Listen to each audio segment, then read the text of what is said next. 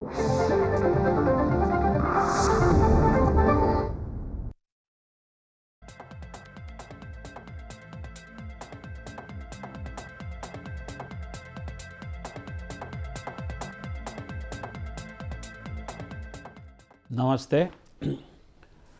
मुंहिंजा दोस्तो, अॼु जे हिन अंजुमन में तव्हां सभिनी दर्शकनि जो सहयोग फाउंडेशन ऐं दूरदर्शन जे तरफ़ां तहे दिल सां हार्दिक स्वागत आहे।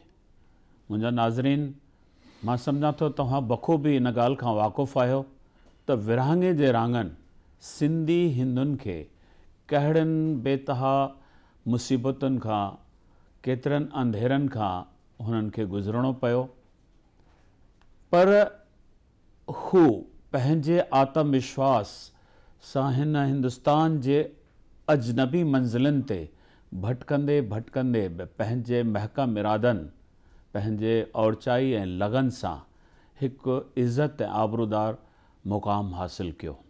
न सिर्फ़ पाण खे आर्थिक तौरु मज़बूत कंदे हिकु नई ज़मीन पंहिंजे पेरनि खे ॾिनी, पर पंहिंजे ॿारनि जे झोल में पिणु वॾड़नि वटां मिलियल वरसो, पंहिंजी अबाणी ॿोली, पंहिंजी मादरी ज़बान सिंधी तहज़ीब, संस्कृति, सिंधी सफ़ाक़त, इहो पंहिंजे ॿारनि जे झोलीअ में विधो। इहो त हुई उहा पीढ़ी जेका पार्टीशन जे दौरान दर बदर थी हिंदुस्तान जे हिन ज़मीन ते पहुती। उन्हनि इहो पंहिंजो फ़र्ज़ु निभायो। उन खां पोइ जेका ॿी पीढ़ी उसरी, उन में केतिरा साहित्यकार बि हुआ, कलाकार बि हुया। मां भायां थो, इहो मुंहिंजो हिकिड़ो अनुभव थो ॿुधाए, तजुर्बो थो ॿुधाए त उन्हनि ॿोलीअ जे उल्टे वहकिरे तरफ़ वधीक विख वधाई ऐं पंहिंजे ॿारनि खे, यानी टीं असांजी जेका पीढ़ी आहे, उन्हनि खे पंहिंजे ॿोलीअ खां, पंहिंजे सफ़ाक़त खां, पंहिंजे उन अनमोल ख़ज़ाने खां, उन सरमाए खां महरूम रखियो। ऐं नतीजो इहो निकितो त अॼु केतिरनि ई घरनि जे चइनि दीवारनि में सिंधी ॿोली घुटिजी रही आहे।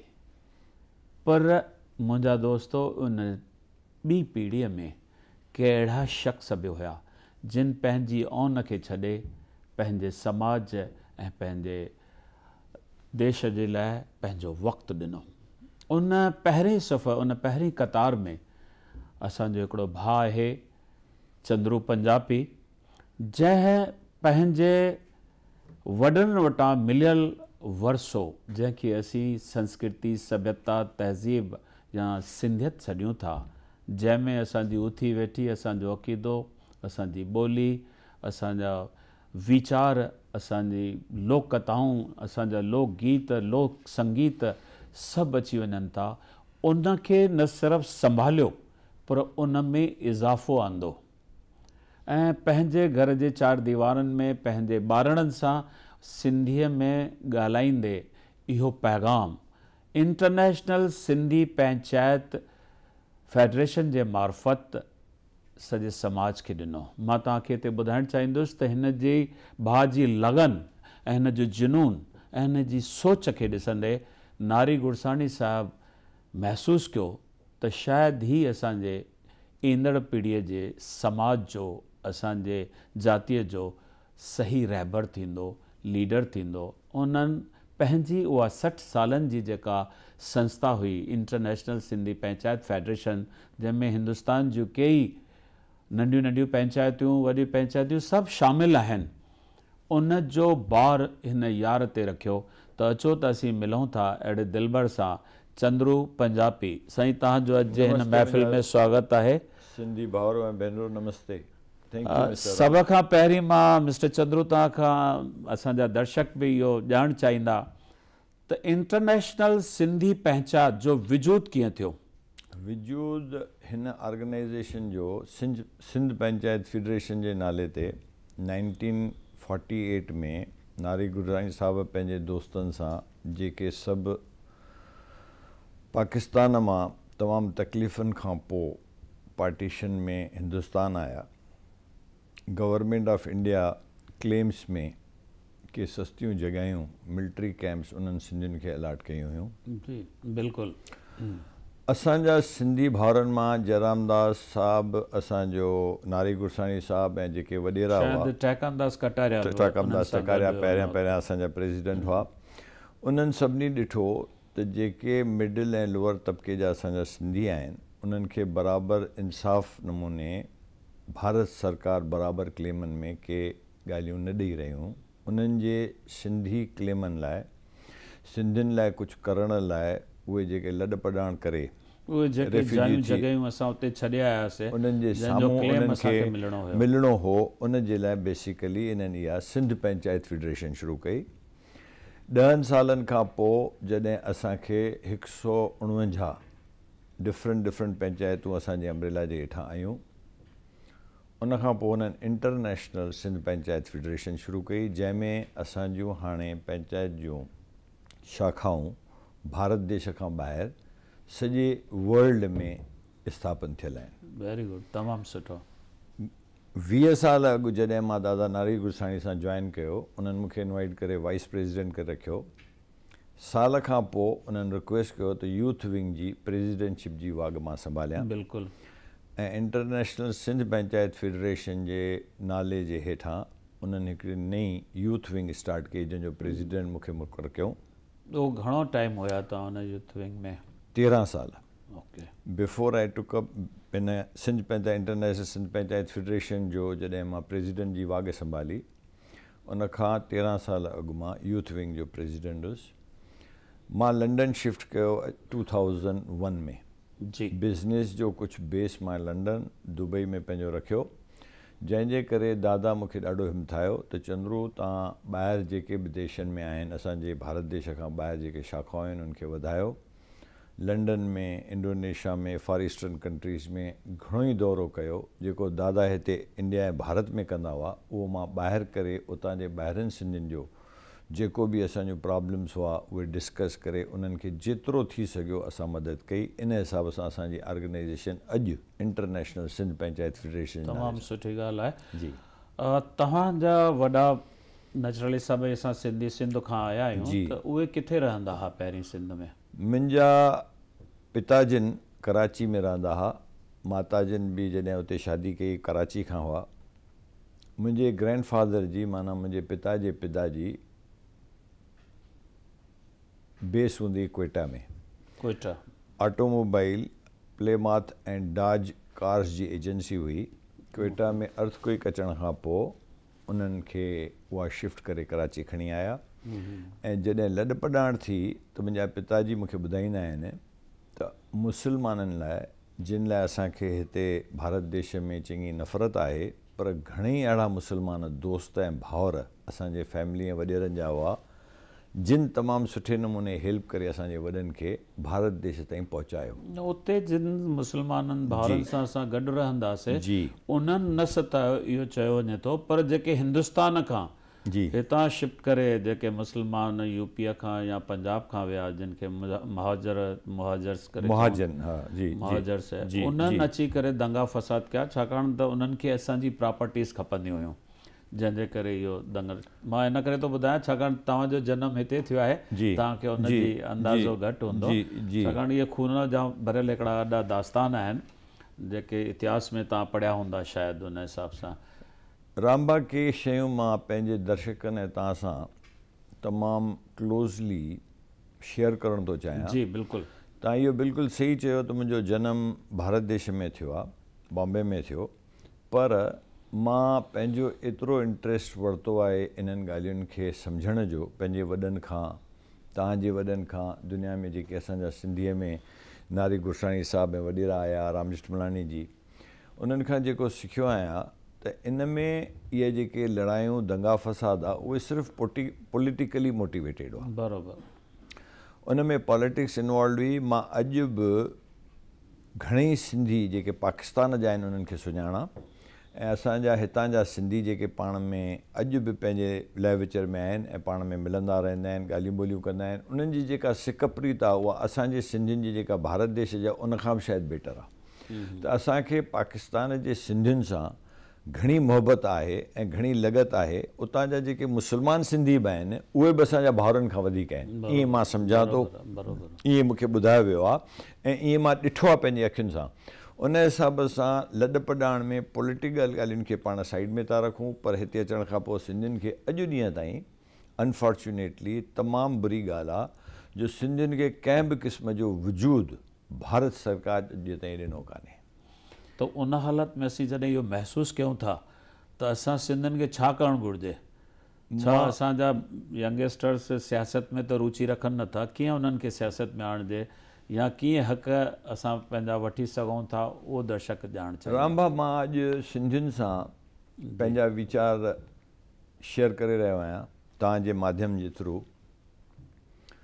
असांजे सिंधियुनि में घणेई वॾेरा थिया ऐं घणेई वॾी वॾी पोज़ीशन ते पहुता, जिन लाइ मूंखे हिते सिंधियुनि सां काई कंप्लेन न करणी आहे, पर असांखे घणी अहिड़ी स्कोप मिली हुई सिंधियुनि खे त असां घणो ई कुझु करे सघूं हा। इहो ॾिसंदे त असांजे सिंधी वॾेरनि ऐं घणनि ई सुठी पोज़ीशन वारनि कुझु कान कयो।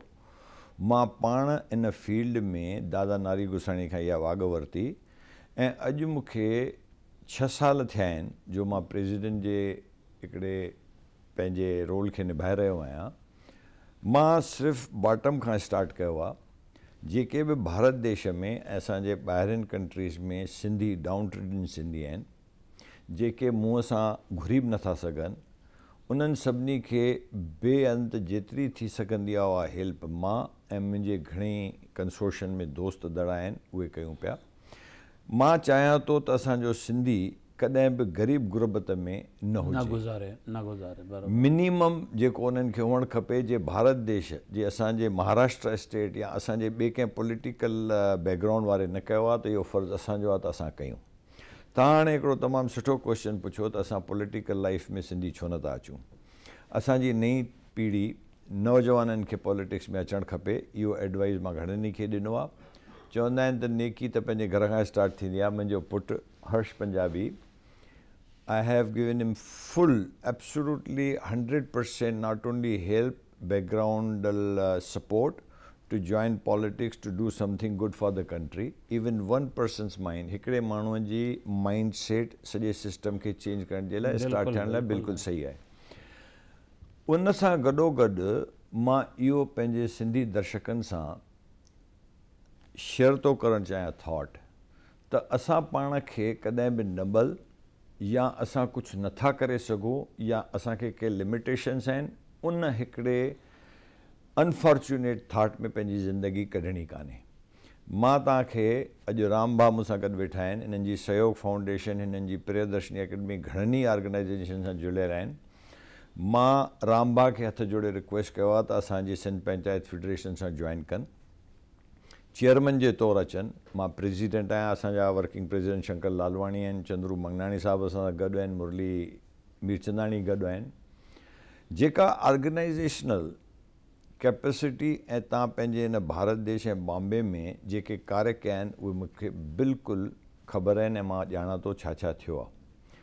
अॼु घणेई सिंधी मूं जहिड़ा ॿाहिरि दुबई में वाशू श्राफ साहिबु, घनश्याम मदनानी, मुर्ज मंगनानी, भाई घनश्याम मदनानी या Ram Bakhshani, so many people are there जेके सिंधियुनि लाइ तमामु कुझु करण लाइ तयारु आहिनि। पर असां वटि कोई स्ट्रक्चर, काई ऑर्गेनाइज़ेशन या कोई अहिड़ो तरीक़ो कान्हे जंहिं हिसाब सां भलभला जेके सिंधी तमामु वसियल आहिनि उन में 2 पैसा विझनि ऐं असांजे सिंधी चवण जो मतिलबु इहो आहे त असीं सिंधी हिकु अकेलो करेक्ट तमामु वॾी शक्ति रखे थो। हर कंहिंजो पंहिंजो रसूख़ आहे सरकारनि में, स्टेट गवर्नमेंट या सेंट्रल गवर्नमेंट में, पर समाज लाइ गॾियल कोई कार्य हिकु मंच कोन्हे जंहिं मंच तां अची करे सभु गॾिजी करे असीं पंहिंजा हक़ वास्ता घुरण जी सरकार खां कोशिशि कयूं। नंढे हूंदे मुंहिंजे नानीअ हिकिड़ी स्टोरी ॿुधाई, उन ॻाल्हि कई त 10 नंढियूं नंढियूं लकड़ियुनि जा टुकड़ा स्कूल में अची मास्तर डिस्ट्रीब्यूट कया। चयूं टोड़े छॾियऊं। जे हिकिड़े ई 10 जो बंडल हिकिड़े छोकिरे खे ॾिनऊं, चयो हाणे तूं हिनखे टोड़। तमामु नंढी ॻाल्हि आहे, घणनि ई जी ॿुधल हूंदी, पर उन्हनि 10 लकड़ियुनि खे कोई बि इंसानु टोड़े न सघियो। असां सिंधियुनि हिते अची पंहिंजूं 15 न 100 ऑर्गेनाइज़ेशन ठाहियूं आहिनि। मां चाहियां थो त तव्हां जहिड़ो दिलबर ऐं असांजा सभु सिंधी जेके कार्य करण लाइ सिंधियुनि लाइ कुझु करण लाइ रेडी आहिनि उहे असां सां गॾु इंटरनेशनल सिंध पंचायत फेडरेशन में अचनि। 149 पंचायतूं असांजे हिते भारत देश में आहिनि, भारत देश खां ॿाहिरि इंफ्रास्ट्रक्चर आहे ऐं घणेई सिंधी सवे सिंधी जिन जा मां नाला वरिता उहे 4, 5, 8, 10 हूंदा, सवे सिंधी आहिनि जेके उन में घणो ई कुझु करे सघनि था, पैसे पंजड़ में हेल्प करे सघनि था, कार्पस 100 करोड़ जो ठही सघे थो ऐं असां सिंधियुनि लाइ घणो कुझु करे सघूं था। तमामु सुठा वीचार आहिनि तव्हांजा, पर जेको आद जुगात खां जेको सभु चवंदा आया आहिनि मूंखे ख़बर न आहे, मूं ॿुधो आहे वॾनि जो हथां कि सिंधियुनि में ॿुधी आहे ॿधी कोन्हे, इहा ॿधी अची वञे त रामबा तव्हां शायदि मूंखां हिकु ॾींहुं वॾा आहियो, पर मां जिन सिंधियुनि सां मिलियो आहियां सभिनी ऑर्गेनाइज़ेशन सां लॻभॻि मां बि कनेक्टेड रहियो आहियां। इहा ॻाल्हि जेका तव्हां चई त भई सिंधियुनि में जेका मेंटेलिटी आहे, इहो माइंडसेट आहे, उहो चेंज करिणो आहे ऐं इहो जे माइंडसेट असां इहो मुंहिंजी पर्सनल ऑर्गेनाइज़ेशन आहे, ईअं कान, तव्हांजी बि ऑर्गेनाइज़ेशन इहा आहे। असांजी ऑर्गेनाइज़ेशन सिंधियुनि जे लाइ इंटरनेशनल सिंध पंचायत फेडरेशन आहे। हिन में जे अंडर वन अम्ब्रेला असां खणी अचूं। असांजो पर्पज़ हुअणु खपे त असांखे जे सोसाइटी ऐं हिंदुस्तान असांखे हेॾो कुझु ॾिनो, इन मां असां पंहिंजे सोसाइटी ऐं सिंधियुनि लाइ छा था करे सघूं ऐं उन करण जी भावना में हिकिड़ी अम्ब्रेला जे अंडर अची करे असांखे सिंधियुनि जो जेको इहो माइंडसेट तव्हां हाणे डिस्कस करे रहिया, उन्हनि खे जे थोरो चेंज कयो त मां तव्हांखे मराठी, गुजराती, भारत देश जे प्राइम मिनिस्टर खां बि घणो कुझु सिंधियुनि लाइ कराए सघंदो आहियां। बिल्कुलु सही था चओ, छाकाणि त असांजूं जेके घुर्जियूं आहिनि उहे शख़्सी तरह सां थियनि थियूं ऐं उन में शायदि के सॼण सक्सेस बि वञनि था, पर समाज खे नंढियूं नंढियूं ॻाल्हियूं जेके भले महत्व ॿियनि जे लाइ घटि रखनि, पर असां सिंधियुनि जे जज़्बात सां हुनजो वास्तो आहे। असां हिकु 26 जनवरी ते झांकी जे लाइ पार्टीशन खे 66 साल थिया आहिनि, असां कुझु करे न सघिया आहियूं। असांजी लैंग्वेज सिंधी ॿोली 8th शेड्यूल में तस्लीम थी चुकी आहे, पर उन ॿोलीअ खे अञा ताईं करेंसी नोट ते लिखियो नथो वञे, जॾहिं कि सभु 8th शेड्यूल जूं जेके ॿोलियूं आहिनि तस्लीम थियल उहे लिखिया था वञनि। रामबा, हाणे तव्हांखे ख़बर आहे दादा राम जेठमलानी अॼु शायदि 90-91 साल जा थिया, 91 ईयर्स आहिनि, बराबरि। लॉ मिनिस्टर थी रहिया आहिनि, urban development minister, law minister. दादा एल के आडवाणी अॼु 86-87 साल जा आहिनि, deputy prime minister of India थी चुका आहिनि। असां ॿ बिल्कुलु उन्हनि जे साम्हूं नंढा सिंधी वॾियुनि ॻाल्हियुनि खे डिस्कस करे रहिया आहियूं। बराबरि। मां हिकिड़ी ॻाल्हि में बिलीव रखंदो आहियां, जिते चाह उते राह। बराबरि, बिल्कुलु। असांजा सिंधी जीअं जीअं वॾा थींदा विया आहिनि तीअं तीअं उन्हनि जी चाह बदिलजंदी वई आहे।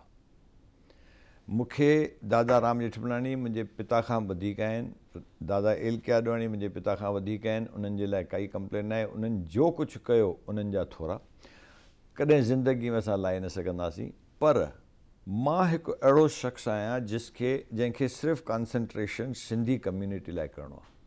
तव्हां मूंखे अॼु उल्हासनगर वठी हलंदा, ग़रीबनि जे लाइ 500 रुपए खां वठी 5 लखे ताईं उते जे कंट्रीब्यूट करिणो आहे, मां पर्सनली करण लाइ तयारु आहियां ऐं मां लुक फॉरवर्ड कंदो आहियां त अहिड़ियूं अपॉर्चुनिटीज़ अचनि जिते कुझु करे सघिजे। हीअ असांजा वॾेरा सिंधी कंहिं एॾे वॾे मक़सद में एॾियुनि वॾियुनि पोज़ीशन्स ते पहुची विया त असां सिंधियुनि खे शायदि भुलिजी विया। मां त जोड़े माफ़ी थो घुरां, उन्हनि जे कंहिं अगेंस्ट मां ॻाल्हि नथो कयां। जेतिरे क़दुरु मूंखे ख़बर आहे भुलिजी हरूभरू न विया आहिनि, छाकाणि त हू नेशनल लीडर्स आहिनि, उन्हनि जे लाइ ॿिया बि भाई राम, हाणे तव्हां मूंखे ॻाल्हि कई त असां सिंधियुनि जे लाइ हुन कुझु कयो। राम जेठमलानी साहिबु जॾहिं मूंखे जेतिरो मुंहिंजे साम्हूं जी ॻाल्हि आहे, जॾहिं कोई अहिड़ो सिंधियुनि जे लाइ प्रॉब्लम आयो आहे, जी जीअं सिंध लफ़्ज़ असांजे क़ौमी तराने मां हटायो पियो त इहो राम जेठमलानी हो जंहिं वञी कोर्ट जो दर खड़कायो। बिल्कुलु। या उनखां अॻु 8th शेड्यूल में सिंधी ॿोलीअ खे तस्लीम कराइण लाइ बि उहा 98 जी हिकिड़ी कॉन्स्टिट्यूशन जी नंढड़ी कॉपी जेका आहे वठी करे राम जेठमलानी वञी हाई कोर्ट में बीठो। या हींअर सिंधु दर्शन जंहिंखे असीं चऊं था, जंहिंमें वॾो कंट्रीब्यूशन आहे असांजे डिप्यूटी प्राइम मिनिस्टर एल के आडवाणी साहिब जो, जंहिं उहा जॻह ॻोल्हे लधी ऐं उते सिंधियुनि जो तीर्थ आस्थान हींअर जुड़ी रहियो आहे। जी, उन जो नालो बि सिंधु दर्शन हटाए सिंहगढ़ कुझु नओं नालो रखणु चाहियो। उन में बि असांजे मिस्टर जेठमलानी काफ़ी कुझु कयो। त मुंहिंजो चवण जो मतिलबु अञा कुझु ॻाल्हियूं रहियल आहिनि जेके मां इन करे पियो दोहरायां त तव्हांजो वॾो रसूख़ आहे, सेंट्रल गवर्नमेंट में, स्टेट गवर्नमेंट्स में, ऐं तव्हां जेकॾहिं चाहियो पंहिंजो रसूख हलाए करे रामबा मां इहे नंढियूं ॻाल्हियूं तव्हां कराइण में वापसि शक्ति वठी रखो था। नंढड़ी हिकिड़ी स्टोरी जेका तव्हांखे ॿुधाई, हिकिड़ो सिंगल माण्हू करे मां अॼु हिन तव्हांजे प्लेटफॉर्म ते तव्हांखे रिक्वेस्ट करे पाण सां गॾु खणी वञण वारो आहियां सिंध पंचायत फेडरेशन में। असां पाण में मिली करे इहे तव्हांजी जेके एजेंडा जा 4-5 सुवाल आहिनि उन्हनि खे मां तव्हांजे साम्हूं, तव्हांजे दर्शन, असांजे सभिनी सिंधी भाउरनि ऐं दर्शन जे साम्हूं इहा तव्हांखे कमिटमेंट थो ॾियां त भारत देश में जेके असांजे सरकार जा माण्हू वेठा आहिनि उन्हनि वॾेरनि सां मां घणी दफ़ा मिली चुको आहियां। उन्हनि खे बि करण लाइ असांजे लाइ ॾाढो कुझु हेल्प करण जे लाइ तमामु सुठी माइंड आहे। सिर्फ़ु असां जेकॾहिं पंहिंजे कंसोर्शियम में पंहिंजे प्रॉपर ग्रुप में उन्हनि खे रिप्रेज़ेंटेशन ॾिनी त असांखे 100% सपोर्ट मिलंदी। उन में हिकु ॻाल्हि जो ख़्यालु तव्हांखे रखिणो आहे, दादा नारी गुरसाणीअ खे जॾहिं राज्यसभा जी सीट ऑफर थी हुई ऐं उन्हनि हा कई हुई त दादा मूंखे इहा ॻाल्हि, जीअं असां पाण में हाणे ॻाल्हि ॿोल करे रहिया आहियूं, सीरियसली ॿुधाई त उन्हनि जे ख़िलाफ़ु 500 लेटर प्रेसिडेंट ऑफ इंडिया खे पहुचाया विया सिंधियुनि वटां। त असांजे सिंधियुनि में इहा बि ॻाल्हि तमामु वॾे नमूने आहे जो के ॻाल्हि सुठियूं थींदियूं आहिनि त उन्हनि खे उनजो रीज़न मां सम्झां थो त जॾहिं असां सिंध छॾे आयासीं त हथे ख़ाली हुयासीं। जी बिल्कुलु, पेट जी बुख हुई जी, ऐं हाणे उहा मिटिजी चुकी आहे। तव्हां बि उन ॻाल्हि जो ज़िक्र कयो। सही आहे। हाणे नाले जी बुख थी आहे, सभु नाले जे कढा आहिनि, इन करे हू चाहिनि था त हू छो मां अॻियां वधां। त इहे हालतूं, इहे ॻाल्हियूं बि असांखे ख़तमु करणियूं आहिनि। जेकॾहिं असांखे गॾिजी करे जातीअ जे लाइ कुझु करिणो आहे, सिर्फ़ु ॻाल्हियूं न करणियूं आहिनि, को ठोस कार्य करिणो आहे त असांखे गॾिजणो पवंदो ऐं पंहिंजा शख़्सी जेके फ़ाइदा असीं सोचूं था या असां पंहिंजो शख़्सी कुझु चाहियूं था उनखे पासीरो रखिणो पवंदो। मां वक़्त जी कोताही जे करे 2 सुवाल हिकिड़ा मां तव्हां खां प्लीज़।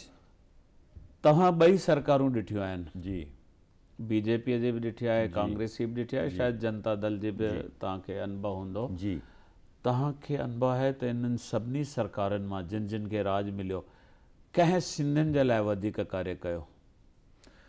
भाउ इहा ॻाल्हि तमामु ॾुखी आहे ईअं जवाबु ॾियणु, पर मां तव्हांखे पर्सनली कुझु एक्सपीरियंस ॿुधायां थो।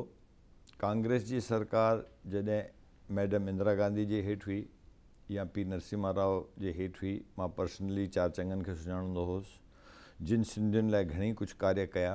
ओके। अॼु गवर्नमेंट जेका आहे उहा हेठि थींदी आहे बाय पीपल।